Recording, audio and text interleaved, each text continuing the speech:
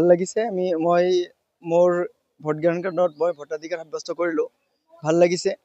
আমি বিচাৰোঁ সকলোৱে ভোটাধিকাৰ সাব্যস্ত কৰিব লাগে, শুদ্ধ আৰু নিকাকৈ ভোট হ'ব লাগে, ভোটাধিকাৰ সাব্যস্ত কৰিব লাগে।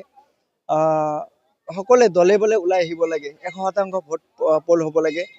আৰু বৰক্ষেত্ৰীত এজ এ হোল মই এতিয়ালৈকে যিমান খবৰ পাইছোঁ শান্তিপূৰ্ণভাৱে নিৰ্বাচন সমাপন হৈ আছে। ভাল লাগিছে।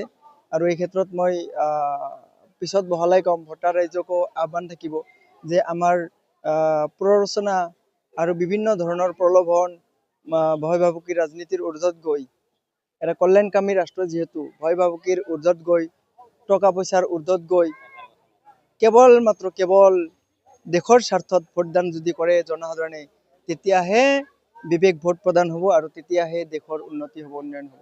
আজি মই 89 নম্বৰ ভোট গ্ৰহণ কেন্দ্ৰ মোৰ 3 নম্বৰ লাৰকুচি প্ৰাথমিক বিদ্যালয়ত মোৰ নিজৰ গাঁও, ইয়াতে ভোট গ্ৰহণ কেন্দ্ৰত ভোটদান কৰিছোঁ। এইটো এটা ভাল কথা। প্ৰতিকূল বতৰত মানুহে অলপ জাগ্ৰত হৈছে, কিন্তু জাগ্ৰত হ'লেই নহ'ব।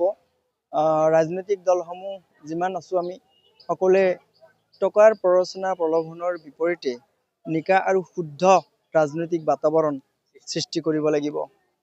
আৰু তেতিয়াহে এটা সুস্থ, শৈক্ষিক আৰু আপোনাৰ বিবেকবান সমাজ গঢ়ি উঠিব।